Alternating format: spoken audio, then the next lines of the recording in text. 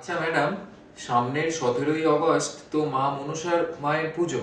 তো ওই শুভ দিনে কি কি করলে মা সব সময় আশীর্বাদ দেবেন এবং মানুষের জীবনে আর কখনো বিঘ্ন ঘটবে না? হ্যাঁ, তো 17ই আগস্ট হচ্ছে মা মনসার পুজোর একটা কিন্তু খুব শুভ তিথি। তো শাস্ত্রেও বলা হয় যে এই তিথিতে যে মা মনসার পুজো করবেন, মা মনসা তো সর্পরূপে আমাদের জীবনের যত বিষ আছে সেটা নিয়ে নেন নিজের জীবনে, সেরকমই যত আমাদের বিঘ্ন আছে, বাধা বিঘ্ন, সাপের ভয় বা অকাল মৃত্যু, সেটা কিন্তু আর ঘটে না এই দিনকে যদি পুজো করা হয়। তো সেই সম্বন্ধেই কিন্তু আজকে আমি এই ভিডিওতে কিন্তু আলোচনা করব। তো প্রথমেই কি করবেন, সেই দিন অবশ্যই আপনারা যারা পুজো করবেন বা আপনাদের যাদের ইচ্ছা রয়েছে পুজো করা বা আপনাদের বাড়িতে পুজো হয়ে থাকে, তো অবশ্যই সেই জায়গাটাকে পরিষ্কার রাখবেন। মা মনসার যেখানে পুজো করবেন, সূর্যোদয় হবে সঙ্গে সঙ্গে নিজেকে শুদ্ধ বস্ত্রে স্নান করে পরিষ্কার জলে সাদা বা হলুদ কালারের সেদিনকে ড্রেস পরার চেষ্টা করুন, খুব ভালো ফল পাবেন। এছাড়া যাদের মা মনসার প্রতিমা বা ছবি রয়েছে তারা কিন্তু অবশ্যই সেটাকে উত্তর পূর্ব দিকে স্থাপন করুন, সেই দিকে শ্রেষ্ঠ বলে মানা হয়।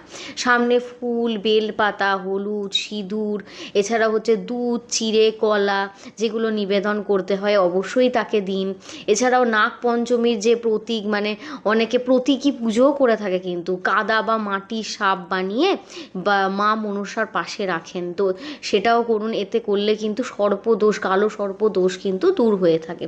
এছাড়াও বিশেষ যে মন্ত্র আছে জপ করার, মা মনসা মাতায় নমঃ বা মনসা দেব্যই নমঃ, এই মন্ত্রটাও কিন্তু 108 বার করে যদি জপ করতে পারেন তাহলে কিন্তু খুব ভালো হবে। এছাড়াও অবশ্যই মা মনসা তো বাসুকী নাগেরই প্রতীক, তো ওনাকে অবশ্যই দুধ বা কলা যেটা বললাম সেটা দিয়ে অভিষেক করুন তার।